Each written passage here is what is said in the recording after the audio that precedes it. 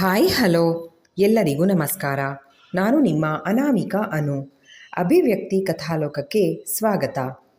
ಉಸಿರಾದೆ ನೀ ಜೀವಕ್ಕೆ ಕಥೆಯ 21ನೇ ಅಧ್ಯಾಯವನ್ನು ಶುರು ಮಾಡೋಣ. ಶುಭ ಸಂಕಲ್ಪ ಇವೆಂಟ್ ಮ್ಯಾನೇಜ್ಮೆಂಟ್ ಕಂಪನಿನಲ್ಲಿ ಯಾವುದೇ ಕಾರ್ಯಕ್ರಮ ನಡೆದರೂ ಬಟ್ಟೆಗಳ ಶಾಪಿಂಗ್ಗೆ ಎಂದು ತಮ್ಮ ಕ್ಲೈಂಟ್ಸ್ ಇದೇ ಅಂಗಡಿಗೆ ಕರೆತರುವ ಕಾರಣ ಅವರಿಂದ ತಿಂಗಳಿಗೆ ಲಕ್ಷಾಂತರ ರೂಪಾಯಿ ವ್ಯಾಪಾರ ಆಗ್ತಾಯಿತ್ತು. ಹಾಗಾಗಿ ಫ್ಯಾಮಿಲಿ ಸ್ಟೋರ್ನ ಮಾಲೀಕ ಇದೊಂದು ಬಾರಿ ಆರುಷಿ ಕೋರಿಕೆಯನ್ನು ಮನ್ನಿಸಿ ಸೇಲ್ಸ್ಗರ್ನ ಕರೆದು ಈ ಲೆಹೆಂಗಾನ ಎಕ್ಸ್ಚೇಂಜ್ ಮಾಡಿ, ಆದರೆ ಈ ಸಲ ಹೊಸ ಬಟ್ಟೆನ ಪ್ಯಾಕ್ ಮಾಡೋ ಮೊದಲು ಪೂರ್ತಿಯಾಗಿ ಆ ಬಟ್ಟೆನ ಚೆಕ್ ಮಾಡಿ, ಯಾವುದೇ ಡ್ಯಾಮೇಜ್ ಇಲ್ಲ ಅಂತ ಅವರಿಂದ ಕನ್ಫರ್ಮೇಷನ್ ಪಡ್ಕೊಳ್ಳಿ. ಇದು 80,000 ಲೆಹಂಗಾ. ಆರುಷಿ ಮೇಡಮ್ ನೋಡಿ ಹೇಗೆ ಸುಮ್ಮನೆ ಅವರೇ ಹರಿದು ಹಾಕಿ ಸ್ಟೋರ್ನೆಲ್ಲ ಡ್ಯಾಮೇಜ್ ಆಗಿದೆ ಅಂತ ನಮ್ಮನ್ನೇ ದೂರ್ತಾ ಇದ್ದಾರೆ. ನಿನ್ನೆ ಚೆಕ್ ಮಾಡಿನೇ ಬಟ್ಟೆ ಪ್ಯಾಕ್ ಮಾಡಿದ್ದು, ಆಗೇನು ಹಾಳಾಗಿರಲಿಲ್ಲ. ಇವರೇ ಎಲ್ಲೋ ಮನೆಗೆ ಹೋಗಿ ಬಟ್ಟೆ ಟ್ರೈ ಮಾಡುವಾಗ ಡ್ಯಾಮೇಜ್ ಮಾಡಿದ್ದಾರೆ. ಅದನ್ನೇ ಹೇಳಿದ್ರೆ ಜೋರು ಮಾಡಿ ಕನ್ಸ್ಯೂಮರ್ ಕೋರ್ಟ್ಗೆ ಹೋಗ್ತೀವಿ ಅಂತ ನಮ್ಮನ್ನೇ ಹೆದರಿಸೋದಕ್ಕೆ ನೋಡ್ತಾರೆ ಎಂದರು ಶಾಪ್ನವರು. ಹೀಗೆ ಡ್ಯಾಮೇಜ್ ಆಗಿರುವ ಬಟ್ಟೆಯನ್ನು ಎಕ್ಸ್ಚೇಂಜ್ ಮಾಡುವುದರಿಂದ ತಮಗೆ ಆಗುವ ನಷ್ಟದ ಬಗ್ಗೆ ಹೇಳಿ ತಮ್ಮ ಅಳಲು ತೋಡ್ಕೊಂಡ್ರು. ಕ್ಷಮಿಸಿ ದೀಪಕ್ ಸರ್, ನಿನ್ನೆ ನನ್ನ ಅಸಿಸ್ಟೆಂಟ್ನ ಕಳಿಸೋ ಬದಲು ನಾನೇ ಬಂದಿದ್ದರೆ ಒಳ್ಳೆಯದಿತ್ತು. ಆದರೆ ಯಾವುದೋ ಪರ್ಸ್ನಲ್ ಕೆಲಸದಲ್ಲಿ ಬ್ಯುಸಿ ಇದ್ದೆ. ಇನ್ಮೇಲೆ ನಮ್ಮ ಯಾವುದೇ ಕ್ಲೈಂಟ್ನಿಂದ ನಿಮಗಿಂತ ತೊಂದರೆ ಆಗದೇ ಇರೋ ಹಾಗೆ ನಾನು ನೋಡ್ಕೊಳ್ತೀನಿ. ಹಾಗೆ ಈ ಸಲ ನನ್ನ ಮನವಿನ ಸ್ವೀಕರಿಸಿದ್ದಕ್ಕೆ ತುಂಬ ಥ್ಯಾಂಕ್ಸ್ ಅಂತ ಅವರಿಗೆ ಧನ್ಯವಾದ ತಿಳಿಸಿ ಹೊರ ಬಂದಳು ಆರುಷಿ. ಮಿಸ್ ಗೌತಮಿ, ನಿಮ್ಮ ಲೆಹಂಗಾನ ಇವರು ಎಕ್ಸ್ಚೇಂಜ್ ಮಾಡಿಕೊಡ್ತಾರೆ, ಅಲ್ಲಿಗೆ ನಿಮ್ಮ ಸಮಸ್ಯೆ ಸರಿ ಬಗೆಹರಿತಲ್ಲ. ನಾನು ನೋಡಬಹುದಾ, ಇಲ್ಲ ಬೇರೆ ಏನಾದರೂ ನನ್ನಿಂದ ಕೆಲಸ ಆಗೋದು ಬಾಕಿ ಇದೆಯಾ ಎಂದು ಆರುಷಿ ಕೇಳಿದ್ರೆ, ಯು ಕ್ಯಾನ್ ಲೀವ್. ಹುಂಬತನ ಮೆರೆದ ಹುಡುಗಿ ಆರುಷಿಗೆ ಒಂದು ಥ್ಯಾಂಕ್ಸ್ ಸಹ ಹೇಳಲಿಲ್ಲ. ಇಲ್ಲಿಯವರೆಗೆ ಇಂಥ ಅದೆಷ್ಟೋ ಜನರ ಒಡನಾಟ ಆರುಷಿ ಮನಸ್ಸನ್ನು ಗಟ್ಟಿ ಮಾಡಿಬಿಟ್ಟಿದೆ. ಫೈನ್ ದೆನ್, ಚಂದ್ರ ಹೊರಡೋಣವಾ ಎಂದು ಕೇಳಿದವಳು ನಿತಿನ್ ಕಡೆಗೆ ತಿರುಗಿಯೂ ನೋಡದೆ ಅವನ ಪರಿಚಯವೇ ತನಗೆ ಇಲ್ಲವೇನೋ ಎಂಬಂತೆ ಓಜಸ್ ಜೊತೆಗೆ ಹೊರಟು ನಿಂತರೆ ಅವಳನ್ನು ತಡೆದು ನಿಲ್ಲಿಸಿ ಮಾತನಾಡುವ ಬಯಕೆ ನಿತಿನ್ಗೆ. ಆದರೆ ಪಕ್ಕದಲ್ಲೇ ಗೌತಮಿ ಇರುವಳು. ನಿಂತಲ್ಲಿಯೇ ಅವಳ ಜೊತೆಗೆ ಮದುವೆ ಮುಟ್ಕೊಳ್ಳೋ ಸಾಹಸ ಕೂಡ ಮಾಡಲಾಗ್ತಾ ಇಲ್ಲ. ಎಷ್ಟೇ ಆದರೂ ಈ ಹುಡುಗಿ ತನ್ನ ತಾಯಿಯ ಆಯ್ಕೆ. ಸಂದಿಗ್ಧ ಸ್ಥಿತಿಯಲ್ಲಿ ಇರುವ ಹುಡುಗನ ಮನಸ್ಸಿಗೆ ಸಮಾಧಾನನೇ ಇಲ್ಲದಂತಾಗಿದೆ. ಮೊದಲು ಇವಳನ್ನು ಮನೆಗೆ ಡ್ರಾಪ್ ಮಾಡಿ ಆಮೇಲೆ ಇವೆಂಟ್ ಮ್ಯಾನೇಜ್ಮೆಂಟ್ ಕಂಪ್ನಿಗೆ ಫೋನ್ ಮಾಡಿ 6 ನಂಬರ್ ಕೇಳಿ ಪಡ್ಕೊಳ್ಬೇಕು. ಹೇಗಾದರೂ ಸರಿ ಒಂದು ಸಲ ಆದರೂ ಅವಳನ್ನು ಮಾತಾಡಿಸಲೇಬೇಕು ಎಂದು ಯೋಚಿಸುತ್ತಾ ನಿಂತವನಿಗೆ ಗೌತಮಿ ಮೊಬೈಲ್ನಲ್ಲಿಯೇ ಆರುಷಿ ನಂಬರ್ ಇದೆ ಎನ್ನುವುದು ತಿಳಿದಿದೆ. ಆದರೆ ಅವಳ ಬಳಿ ನಂಬರ್ ಕೇಳಿ ಪಡೆಯುವ ಸಾಹಸ ಮಾಡಲಾರ. ಮನೆಗೆ ಹಿಂತಿರುಗುವ ದಾರಿಯಲ್ಲಿ ಒಂದು ಬುಕ್ ಸ್ಟೋರ್ ಮುಂದೆ ಓಜಸ್ಗೆ ಬೈಕ್ ನಿಲ್ಲಿಸಲು ಹೇಳಿದ ಆರುಷಿ ಚಿಂಟುಗೆ ಎಂದು ಕಲರಿಂಗ್ ಬುಕ್ ಹಾಗೆ ಕ್ರಯಾನ್ಸ್ ಖರೀದಿಸಿದ್ಲು. ದಾರಿಯಲ್ಲಿ ಟ್ರಾಫಿಕ್ ಹೆಚ್ಚಿದ್ದ ಕಾರಣ ಮನೆ ತಲುಪುವ ಹೊತ್ತಿಗೆ ಆಗಲೇ ಚಿಂಟು ಊಟ ಮುಗ್ದಿತ್ತು. ಕಾರ್ಟೂನ್ ನೋಡ್ತಾ ಕುಳಿತಿದ್ದ ಹುಡುಗ ಮನೆಯ ಕಾಲಿ ಬೆಲ್ ಸದ್ದಾಗುತ್ತಲೇ ತಾತನ ಹಿಂದೆಯೇ ಓಡ್ದ. ಅಮ್ಮ! ಆರುಷಿನ ಕಂಡ ತಕ್ಷಣ ಅವಳ ಸನಿಹಕ್ಕೆ ಹೋಗಿ ಕಾಲುಗಳನ್ನು ಬಳಸಿ ನಿಂತ. ಅವನನ್ನು ಎತ್ತಿಕೊಂಡು ಕೆನ್ನೆಗೆ ಮುತ್ತಿಟ್ಟು ಮನೆಯೊಳಗೆ ಬಂದವಳು, ನನ್ನ ಮುದ್ದು ಮರಿ ಏನು ಮಾಡ್ತಾ ಇತ್ತು ಅಂತ ಕೇಳಿದ್ರೆ ಟಿ ವಿ ಕಡೆಗೆ ಕೈ ತೋರಿಸಿದ. ಮೊದಲಾದರೆ ಅದೆಷ್ಟು ಟಿ ವಿ ನೋಡ್ತೀಯಾ ಅಂತ ರೇಗ್ತಾ ಇದ್ದ ಹುಡುಗಿ ಇವತ್ತು ನಸು ನಕ್ಕು ತಾನು ಬಂದು ಸೋಫಾ ಮೇಲೆ ಕೂತು, ಚಿಂಟು ಇಲ್ಲಿ ನೋಡು, ನಿನಗೆ ಅಂತ ಏನು ತಂದಿದ್ದೀನಿ ಎಂದರೆ ಅಮ್ಮನ ಕೈನಲ್ಲಿದ್ದ ಕಲರ್ಸ್ನ ನೋಡಿ ಸಂತಸಪಟ್ಟ. ಅಮ್ಮ, ಇದು ಕಲರ್ ಮಾಡೋಕ್ಕೆ ನನಗೆ ಹೆಲ್ಪ್ ಮಾಡ್ತೀಯಾ ಮುದ್ದಾಗಿ ಕೇಳಿದ್ರೆ, ಹ್ಞೂ ಕಂದ, ಈಗ ಟಿ ವಿ ನೋಡ್ತಾ ಇರು, ನಾನು ಫ್ರೆಶ್ ಆಗಿ ಬಂದು ಬೇಗ ಊಟ ಮಾಡ್ತೀನಿ. ಆಮೇಲೆ ನಾವಿಬ್ಬರು ರೂಮ್ನಲ್ಲಿ ಕೂತು ಈ ಬುಕ್ನಲ್ಲಿರೋ ಚಿತ್ರಗಳಿಗೆ ಕಲರ್ ತುಂಬಿಸೋಣ. ಅಮ್ಮನ ಮಾತಿಗೆ ಕಣ್ಣರಳಿಸಿ ಖುಷಿಯಾಗಿ ಒಪ್ಪಿಗೆ ಸೂಚಿಸಿದ್ದ ಚಿಂಟು. ಆರುಷಿ ಮಗನಿಗೆ ಹೇಳಿದಂತೆಯೇ ಬೇಗನೆ ಫ್ರೆಶ್ ಆಗಿ ಬಂದವಳು ತನ್ನ ಊಟ ಮುಗಿಸಿ ಅವಳ ತಂದೆ ತಾಯಿ ಗುಡ್ ನೈಟ್ ವಿಶ್ ಮಾಡಿ ಇನ್ನೇನು ರೂಮಿಗೆ ಹೋಗಬೇಕು. ಕುಮಾರ್ ಅವರು ಆರುಷಿನ ಕರೆದು, ಇಂದು ಚಿಂಟು ಸ್ಕೂಲಿಂದ ಬರುವಾಗ ತಮ್ಮ ಜೊತೆಗೆ ಆಡಿದ ಮಾತುಗಳನ್ನೆಲ್ಲ ಹೇಳಿದ್ರೆ ಅವಳ ಕಣ್ಣಾಲಿಗಳು ತುಂಬಿಕೊಂಡು ಬಿಟ್ವು. ಅಪ್ಪ, ಚಿಂಟುಗೆ ಇಷ್ಟು ಚಿಕ್ಕ ವಯಸ್ಸಿಗೆ ಇಂತಹ ಪ್ರಬುದ್ಧತೆ ಹೇಗೆ? ಬೇಸರಾಶ್ಚರ್ಯದಲ್ಲಿ ಕೇಳಿದ್ರೆ ವಿಷಾದದ ನಗೆ ಹೊತ್ತು, ನಿನ್ನ ಕಷ್ಟನ ಈ ರೂಪದಲ್ಲಾದರೂ ಕಡಿಮೆ ಮಾಡೋಣ ಅಂತ ದೇವರು ನಿನ್ನ ಮಗನಿಗೆ ಇಂಥ ಒಳ್ಳೆ ಬುದ್ಧಿ ಕೊಟ್ಟಿರಬೇಕು ಎಂದರು. ತನ್ನ ಅಪ್ಪನ ಮಾತಿಗೆ ಪೇಲವ ಪ್ರತಿಕ್ರಿಯೆ ನೀಡಿದ ಆರುಷಿ ತನ್ನ ರೂಮಿಗೆ ಬಂದವಳು ಚಿಂಟು ಜೊತೆಗೆ ಕೂತು ಬುಕ್ನಲ್ಲಿದ್ದ ಚಿತ್ರಗಳಿಗೆ ಬಣ್ಣ ತುಂಬಿಸುತ್ತಾ ಕುಳಿತಳು. ಗೌತಮಿನ ಅವಳ ಮನೆಗೆ ಡ್ರಾಪ್ ಮಾಡಿ ತನ್ನ ಮನೆ ತಲುಪಿದ ನಿತಿನ್ ಮನಸ್ಸಿನ ತುಂಬ ಆರುಷಿಯೇ ತುಂಬಿಕೊಂಡ್ಬಿಟ್ಟಿದ್ಲು. ಗಂಡನಿಂದ ಮೋಸ ಹೋದ ಹುಡುಗಿ ತನ್ನ ಹಣೆ ಬರಹವನ್ನು ನಿಂದಿಸ್ತಾ 3 ಹೊತ್ತು ಅಳ್ತಾ ಕುಗ್ಗಿ ಹೋಗಿರ್ತಾಳೆ ಅಂದ್ಕೊಂಡ್ರೆ ಮೊದಲಿಗಿಂತಲೂ ಹೆಚ್ಚು ಗಟ್ಟಿಗಿತ್ತಿಯಾಗಿದ್ದಾಳೆ. ಆತ್ಮವಿಶ್ವಾಸ ಅವಳ ಮುಖದ ಮೇಲೆ ರಾರಾಜಿಸ್ತಾ ಇದೆ. ಅವಳನ್ನು ನೋಡಿ ಒಂದು ಮಗುವಿನ ತಾಯಿ ಅಂದರೆ ಯಾರು ತಾನೇ ನಂಬಿಯಾರು? ಆದರೆ ಯಾಕೋ ನನ್ನ ನೋಡಿಯೂ ನೋಡ್ದಂತೆ ಅಂಗಡಿಯಿಂದ ಹೊರಟ್ಬಿಟ್ಲಲ್ಲ. ಹಾಗಾದರೆ ನನ್ನ ಮೇಲಿನ ಕೋಪ ಇನ್ನೂ ಕಡಿಮೆ ಆಗಿಲ್ವಾ? ಅಪ್ಪನ ತಪ್ಪಿಗೆ ನನಗೆ ಯಾಕೆ ಶಿಕ್ಷೆ ಕೊಡಬೇಕವಳು? ಇನ್ನು ಓಜು ಆರು ಮಗುನ ಹಾಸ್ಟೆಲಿಗೆ ಸೇರಿಸೋ ಬಗ್ಗೆ ಮಾತಾಡಿದ್ದಕ್ಕೆ ಅವನಿಗೆ ಯಾಕೆ ಕೋಪ ಬಂತು? ಅದು ಸರಿ, ಆರು ಯಾವಾಗ ಅವನಿಗೆ ಪರಿಚಯ ಆಗಿದ್ದು? ಅಲ್ಲದೆ ಇಂಥ ನಿಕಟ ಸ್ನೇಹ ಯಾವಾಗ ಬೆಳೆದಿದ್ದು? ಕಳ್ಳನ ಮಗ ಮಾತಿನಲ್ಲೇ ಎಂಥ ಹೆಣ್ಣನ್ನಾದರೂ ಬುಟ್ಟಿಗೆ ಹಾಕ್ಕೊಳ್ಳೋ ಚಾಣಾಕ್ಷತೆ ಹೊಂದಿದ್ದಾನೆ. ಆರುಗೆ ಪಾಪ ಅವನ ಬುದ್ಧಿ ಗೊತ್ತಿಲ್ಲ ಅನಿಸುತ್ತೆ. ಅದಕ್ಕೆ ಅವನನ್ನು ಫ್ರೆಂಡ್ ಅಂತ ಹತ್ರ ಬಿಟ್ಕೊಂಡಿದ್ದಾಳೆ.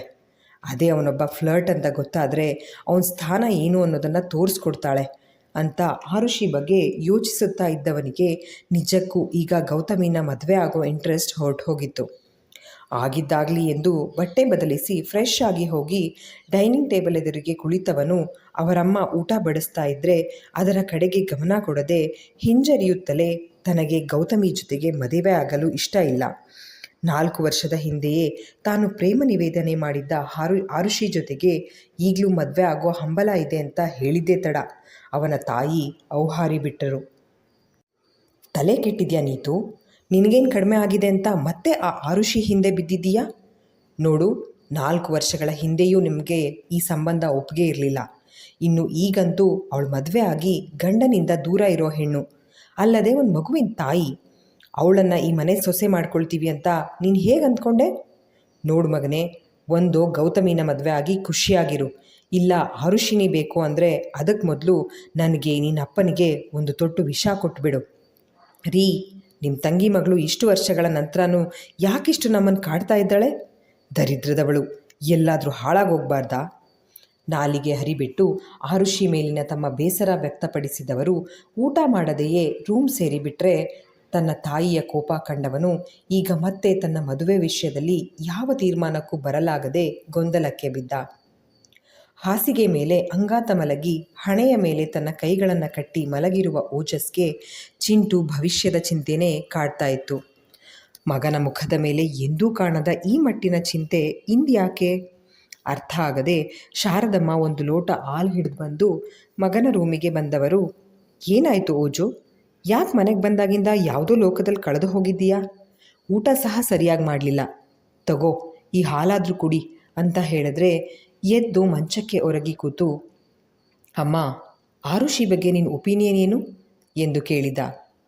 ಮಗನ ಮಾತು ಕೇಳಿ ನಂಜಪ್ಪನವರು ಸಹ ಮಗನ ರೂಮಿಗೆ ಬಂದು ಮಂಚದ ಮತ್ತೊಂದು ತುದಿಯಲ್ಲಿ ಕೂತು, ಈಗ ಹುಡುಗಿ ವಿಷಯ ಯಾಕೆ ಎಂದರು. ನೀವು ಬಂದಿದ್ದು ಒಳ್ಳೆಯದೇ ಆಯಿತು. ಅಮ್ಮ, ನೀನು ಕೂತ್ಕೋ, ಒಂದು ಮುಖ್ಯವಾದ ವಿಷಯ ಮಾತಾಡಬೇಕು. ಅದಕ್ಕೂ ಮೊದಲು ನನ್ನ ಪ್ರಶ್ನೆಗೆ ಉತ್ತರ ಕೊಡಿ. ಆರು ಬಗ್ಗೆ ನಿಮ್ಮ ಅಭಿಪ್ರಾಯ ಏನು ಎಂದು ಓಜಸ್ ಮತ್ತೆ ಕೇಳಿದ್ರೆ ಶಾರದಾ ಅವರ ಬೇಸರದ ನಿಟ್ಟುಸಿರು ಬಿಟ್ಟು, ಈಗಿನ ಕಾಲದ ಹುಡುಗಿ ಅಂತಷ್ಟೇ ಹೇಳಬಹುದು ಎಂದರು. ನಿಜ, ಆರು ಈಗಿನ ಕಾಲದ ಹುಡುಗಿ. ಆದರೆ ನಾನು ಕೇಳಿದ್ದು ಆ ಥರದ ಅಭಿಪ್ರಾಯ ಅಲ್ಲ. ಆರು ಸ್ನೇಹಿತನಾಗಿ ಅವಳನ್ನು ಮದುವೆಗೆ ಒಪ್ಸೋಣ ಅಂತ ಇದ್ದೀನಿ. ಆರು ಭವಿಷ್ಯಕ್ಕಾಗಿ ಮಾತ್ರ ಅಲ್ಲ, ಚಿಂಟುಗೆ ಸಹ ಅಪ್ಪನ ಪ್ರೀತಿ ಸಿಗುತ್ತೆ ಅನ್ನೋ ದೃಷ್ಟಿನಲ್ಲಿ ಈ ಯೋಚನೆ ಮಾಡಿದ್ದೀನಿ. ಹಾಗಂತ ನೇರವಾಗಿ ಹೋಗಿ ಅವಳಿಗೆ ಇನ್ನೊಂದು ಮದುವೆ ಆಗಿ ಅಂತ ನಾನು ಹೇಳೋಕ್ಕಾಗಲ್ಲ. ಅದಕ್ಕೆ ನನ್ನ ಪರವಾಗಿ ನೀನು ಆರು ಹತ್ರ ಮದುವೆ ವಿಷಯ ಮಾತಾಡೋಕ್ಕಾಗುತ್ತಾ ಅಮ್ಮ? ಅಪ್ಪ, ನೀವು ಅವ್ರ ತಂದೆ ಹತ್ರ ಈ ವಿಷಯ ಮಾತಾಡೋಕ್ಕಾಗುತ್ತಾ ಎಂದು ಕೇಳಿದ. ಮಗನ ಮಾತು ಶಾರದಾ ಅವರಿಗೆ ರುಚಿಸಲಿಲ್ಲ. ಓಜು, ನೀನೇನು ಹೇಳ್ತಾ ಇದ್ದೀಯಾ ಅನ್ನೋ ಅಂದಾಜಾದರೂ ಇದೆಯಾ? ಆರುಷಿಗೆ ಮತ್ತೊಂದು ಮದುವೆನಾ? ಅಲ್ಲ ಕಣೋ, ಮೊದಲನೇ ಮದುವೆಯನ್ನೇ ತೂಗಿಸ್ಕೊಂಡು ಹೋಗಲಾರ್ದೆ ಡಿವೋರ್ಸ್ ಪಡೆದು ಗಂಡನಿಂದ ದೂರ ಉಳಿದಿದ್ದಾಳೆ. ಅಂಥದ್ರಲ್ಲಿ ಇನ್ನೊಂದು ಮದುವೆ ಅಂದರೆ ಎಂದರು. ಅಮ್ಮ, ಶಟಪ್. ನಿಮ್ಗೆ ಯಾರು ಹೇಳಿದ್ದು ಆರುಷಿ ಡಿವೋರ್ಸ್ ತೊಗೊಂಡಿದ್ದಾಳೆ ಅಂತ? ಅವಳ ಬಗ್ಗೆ ನಿಮಗೆ ಗೊತ್ತಿರೋದಾದರೂ ಏನು ಎಂದು ಎದ್ದು ನಿಂತು ಅಬ್ಬರಿಸಿದ ಓಜಸ್ ಕೈನಲ್ಲಿದ್ದ ಹಾಲಿನ ಲೋಟವನ್ನು ನೆಲಕ್ಕಪ್ಪಳಿಸಿಬಿಟ್ಟ.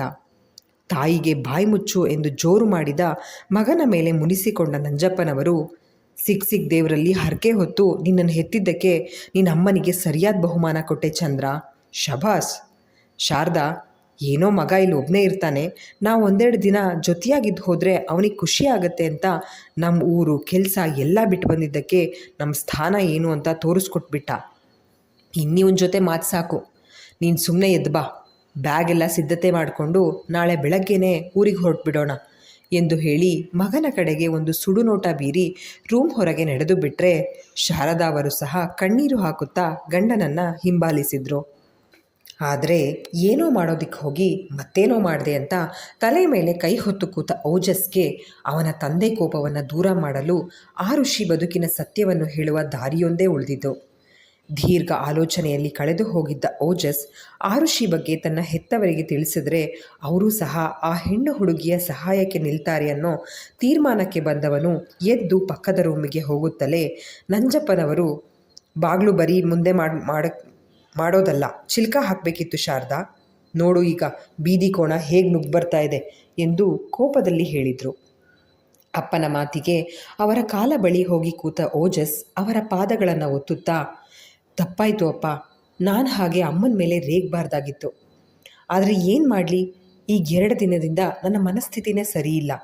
ಕೂತ್ರು ನಿಂತರೂ ಆರುಷಿ ಚಿಂಟು ಬಗ್ಗೆನೇ ಯೋಚನೆ ಆಗಿದೆ ಅಂತ ಹೇಳಿದ್ರೆ ಶಾರದಾ ಅವರು ಬೇಸರದ ಮುಖ ಮಾಡಿಕೊಂಡು, ಯಾವುದೋ ಹುಡುಗಿ ಬಗ್ಗೆ ಚಿಂತಿಸ್ತಾ ಹೆತ್ತವರನ್ನು ಕಡೆಗಣಿಸ್ತಾ ಇರೋದು ಎಷ್ಟು ಸರಿ ಓಜು ಎಂದು ಕೇಳಿದ್ರೆ, ಕ್ಷಣ ಮೌನಕ್ಕೆ ಜಾರಿದ ಹುಡುಗ ದೀರ್ಘ ಉಸಿರನ್ನು ಹೊರದಬ್ಬಿ, ಆರುಷಿ ಬಗ್ಗೆ ನಿಮಗೆ ಈ ಸುಳ್ಳು ಮಾಹಿತಿ ಕೊಟ್ಟಿದ್ದು ಯಾರೋ ನನಗೆ ಗೊತ್ತಿಲ್ಲ, ಆದರೆ ಅವರು ತಮ್ಮ ಗಂಡನಿಂದ ಯಾವುದೇ ವಿಚ್ಛೇದನ ಪಡೆದಿಲ್ಲ ಅಮ್ಮ.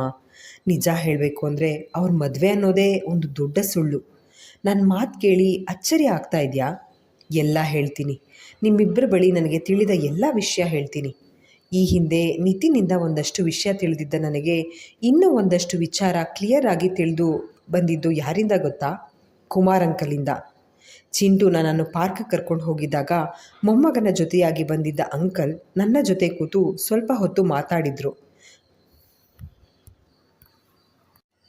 ನನ್ನ ಮಗಳಿಗೆ ಜೀವನದಲ್ಲಿ ಇದ್ದ ದೊಡ್ಡ ಕೊರತೆ ಅಂದರೆ ಒಬ್ಬ ಒಳ್ಳೆ ಸ್ನೇಹಿತನದ್ದು. ಅದನ್ನು ನೀನು ನೀಗಿಸ್ಬಿಟ್ಟೆ, ತುಂಬ ಥ್ಯಾಂಕ್ಸ್ ಕಣಪ್ಪ ಅಂತ ಹೇಳಿದವರು ನಾನು ಸ್ವಲ್ಪ ಬಲವಂತ ಮಾಡಿದ್ದಕ್ಕೆ 6 ವಿಷಯ ಪೂರ್ತಿ ಹೇಳಿಬಿಟ್ರು. ಮೊದಲಿಗೆ ನನ್ನ ಸ್ನೇಹಿತ ನಿತಿನ್ ಗೊತ್ತಲ್ವಾ? ನೀವು 1-2 ಸಲ ಅವನನ್ನು ಭೇಟಿ ಮಾಡಿದ್ದೀರಲ್ಲ. ಮುಗ್ಧ ಮುಖದ ಪಾಪಚ್ಚಿ ಹುಡುಗನ ಹಾಗೆ ಕಾಣೋ ನಿತಿನ್ನ ಅಪ್ಪ ಆರುಷಿಗೆ ಸೋದರ ಮಾವ ಆಗಬೇಕು. ಅಂದರೆ ಜಲಜಾ ಆಂಟಿಯ ಒಡ ಹುಟ್ಟಿದ ಅಣ್ಣ. 4 ವರ್ಷಗಳ ಹಿಂದೆ ಎಲ್ಲರ ಹಾಗೆ ಆರುಷಿ ಬದುಕು ಕೂಡ ನಾರ್ಮಲ್ ಆಗಿಯೇ ಇತ್ತು. ಆಗ ತಾನೇ ತನ್ನ BBA ಡಿಗ್ರಿ ಮುಗಿಸಿದ ಹುಡುಗಿ ತನ್ನ ಓದಿಗೆ ತಕ್ಕಂತೆ ಕೆಲಸ ಹುಡುಕ್ತಾ ಇದ್ಲು. 100 ಕನಸು ಹೊತ್ತಿದ್ದ ಹುಡುಗಿ ತನ್ನ ಕಾಲ ಮೇಲೆ ತಾನು ನಿಂತು ಏನಾದರೂ ಸಾಧನೆ ಮಾಡಬೇಕು ಎಂಬ ಆಸೆ ಹೊಂದಿದ್ಲು. ಅವಳ ಅಪ್ಪ ಪೋಸ್ಟ್ ಮ್ಯಾನ್. ಆ ವಯಸ್ಸಿನಲ್ಲೂ ಸೈಕಲ್ ತುಳಿತಾ ಬಿಸಿಲು ಮಳೆ ಲೆಕ್ಕಿಸದೆ ಮನೆಗೆ ಹೋಗಿ ಪೋಸ್ಟ್ ಹಾಕೋ ಕೆಲಸ. ಅಮ್ಮ ಗೃಹಿಣಿ. ಅಪ್ಪನಿಗೆ ಬರೋ ಸಂಬಳದಲ್ಲಿ ಈ ಬೆಂಗಳೂರಿನಲ್ಲಿ ಮನೆ ತೂಗಿಸ್ಕೊಂಡು ಹೋಗೋದೇ ದೊಡ್ಡ ಸಾಹಸ ಮಾಡಿದಂತೆ.